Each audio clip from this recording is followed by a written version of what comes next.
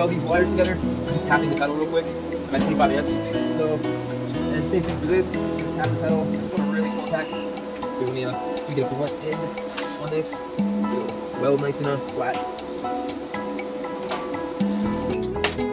Okay, go. Good. Great.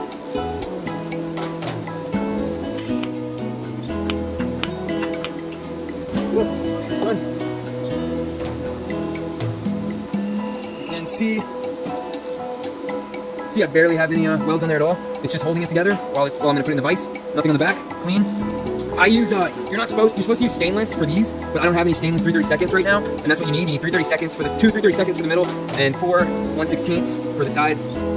And this is about, this is about wrist length. About my length is about 18 to 19 centimeters, and I got pretty skinny wrists. See, I can put my really skinny wrists.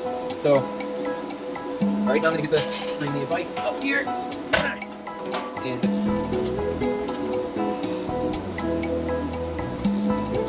just vise it right like that. Hope y'all can see. I'm gonna be doing it like this, so you guys can get a little over the shoulder action.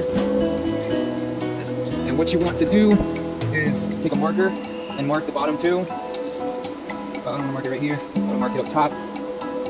So you just put a little black mark at the end of the bottom, and this is so you know where the bottom two are, because you're gonna be weaving it, and it's gonna be changing. The bottom's gonna be changing every pass.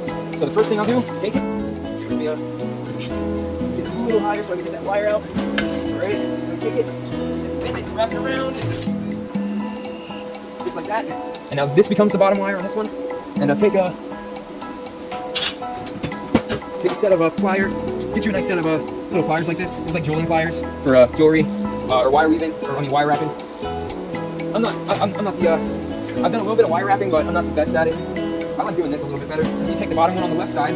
You go the same way, wrapping it around as tight as you can, and it goes over over this one, the top left one, over top of it. So now this is the bottom one.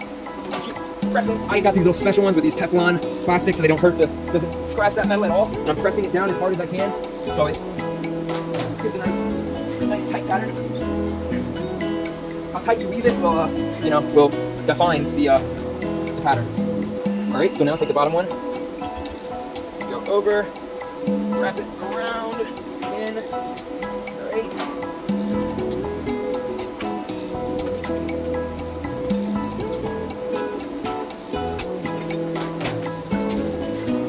Okay, now bottom one, wraps it around.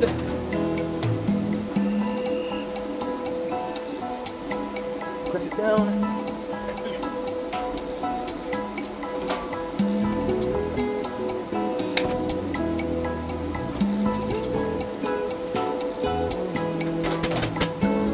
Right, it's okay.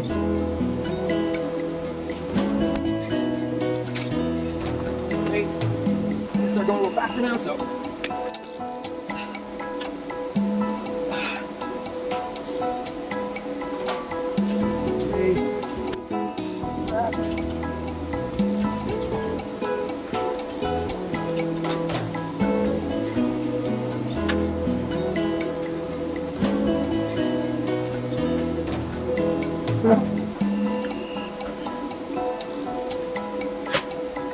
Oops. Sorry, didn't see that it went down.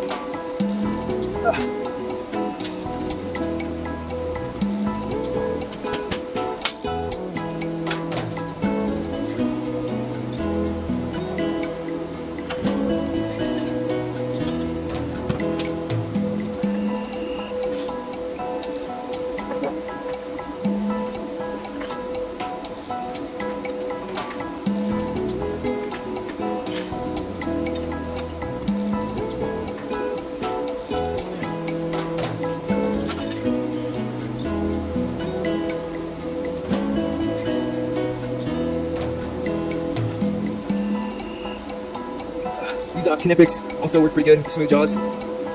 These are honestly a fabricator's best friend. These Knipex smooth jaw pliers. They're so handy. See, they're very smooth. Don't have any teeth on them or anything. They are my...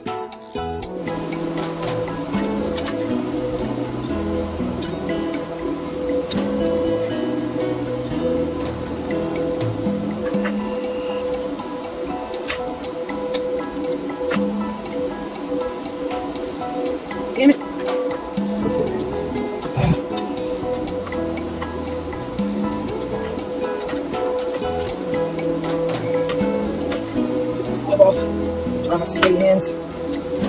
Press, compress, compress. You know what? Try these. Oh yeah, that's a lot better. We'll do that next time. Alright, cool. See, it's still twisting. It's trying to twist on me. I'm still trying to work against that. I'm keeping these straight, perpendicular from the center foundation, center stick. Alright. Next bottom one is this one. Oh man, that gap is so freaking annoying. It's still kind of there, but it's like I've already gone too far to, fix it. So, like, I thought I fixed it with the pliers, but it kind of broke free again and went back. But it's honestly not that noticeable unless you really get close. I'm gonna just try to squeeze it together myself, and hopefully that will fix it. Yep, there we go. Starting to do something.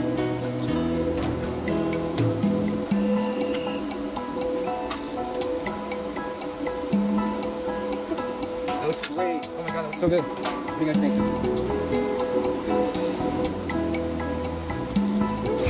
Okay, just press it down. See, I'm really pressing on it, trying to get it to not leave any gaps. That's how you fight the gap. Is just pressing every time you leave one. All right.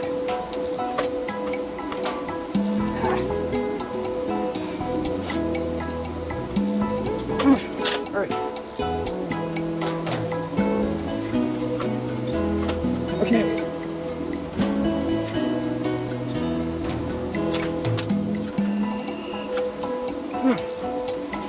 Man, I hope people like this because I'm missing my favorite movie right now to do this.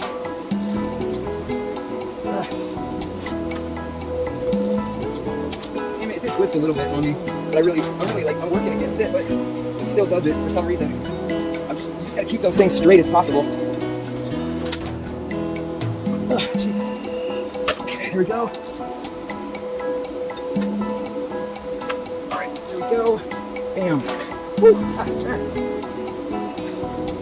So freaking tired.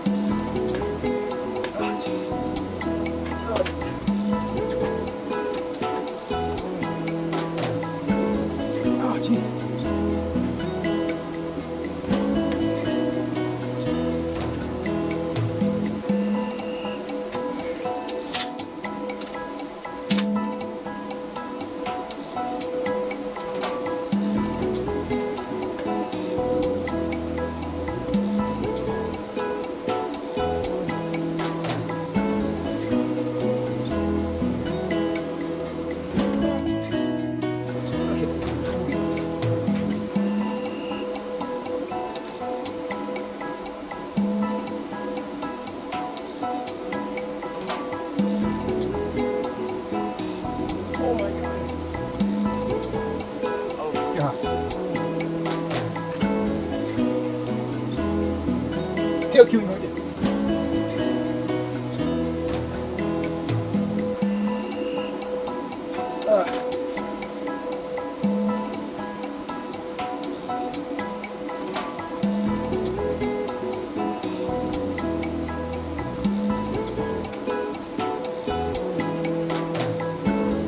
Oh, dude.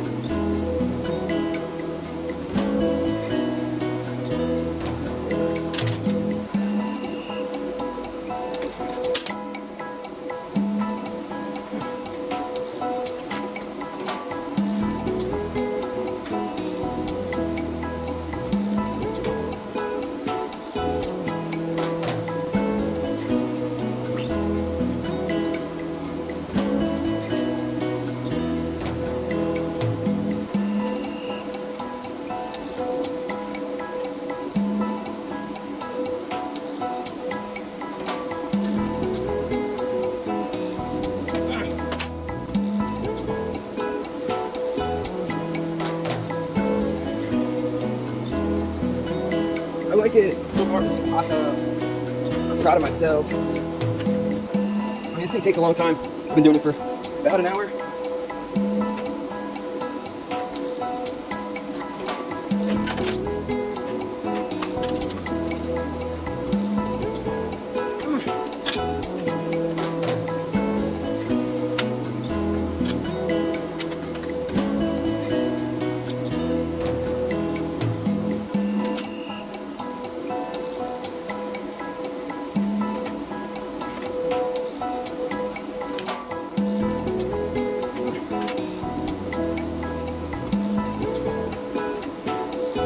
Dang, we're running out of freaking, oh no. I'm already running out of TIG wire on the side. That sucks. Oh, bad enough to make a whole bracelet. God, this might be going in the scrap bin.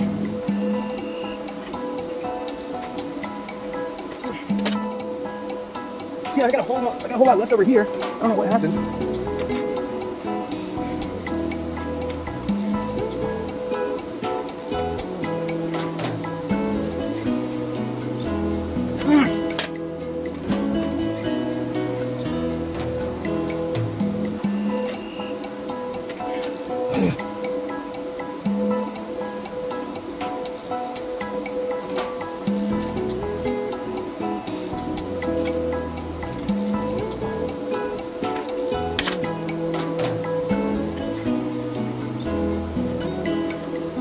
Wrong one. Trying to. I don't have to use any more of this stuff. Well, one thing you better make sure your hands are like hard as nails because it really hurts, and you get a lot of like marks and scratches and cuts. But yeah, you gotta have pretty tough hands to work with the stainless steel wire. It's not like any other wire I've dealt with. It's very strong. Oh gosh.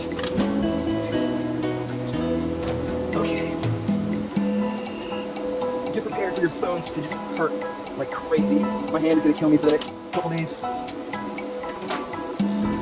Jeez.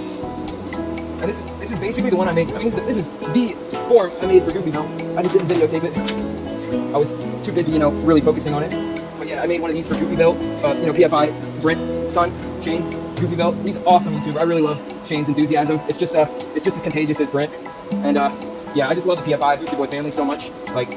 I see a Kyle in me. I used to, when I was young, when I was his age, I mean, he's like maybe a couple years younger than me, I'm not sure how many years, but when I was his age, I was doing the same thing, just working in my garage all the time on my Honda, and fabricating parts for it, making cheap turbo kits, I wish I had, learned earlier. I should have filmed it instead of just doing it, because I had no idea how lucrative it is, but now I'm doing it.